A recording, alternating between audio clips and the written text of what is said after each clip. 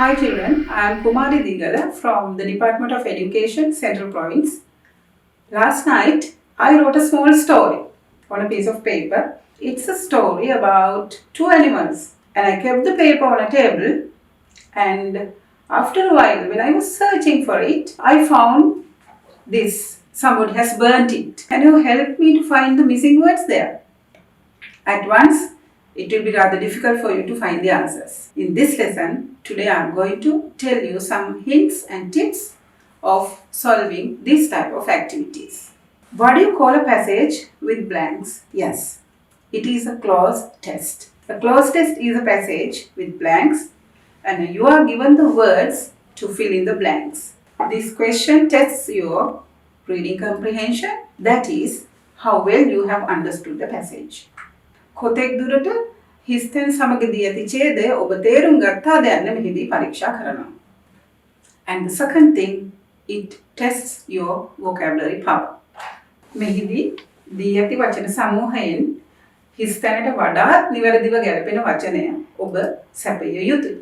Okay, now let me give you some hints or tips of solving a clause test. There are many ways of handling a clause test. But here, today, I'll be discussing a few tips with you.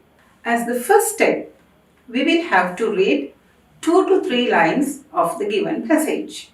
Once, a lion was sleeping under a blank tree. A rat ran over his blank. The lion woke up, blank, caught the rat. So, we can understand that this is a story between two animals. එක පාරක් කියවන විට තේරුම ආවේ නැත්නම් ඔබ තව පාරක් කියවන්න.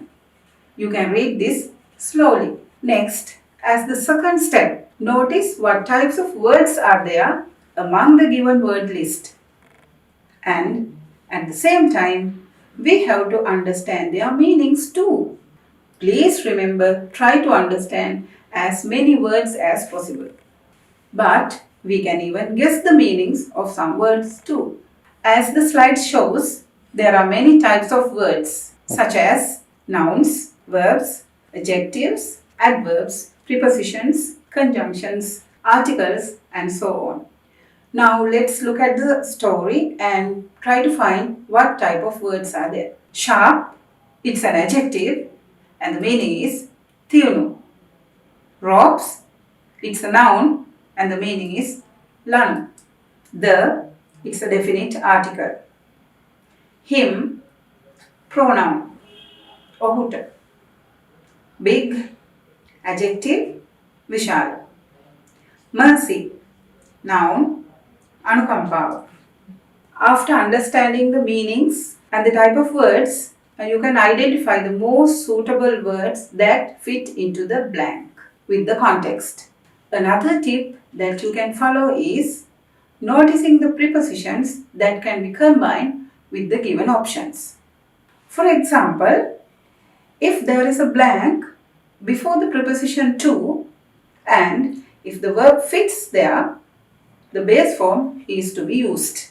Now in the example, the lion wanted to blank the rat. So what suits the blank? Killing, killed or killed. The base form is kill.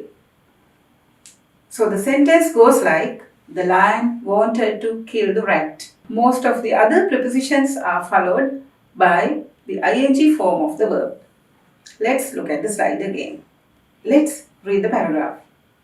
The family was going to have a party in the evening.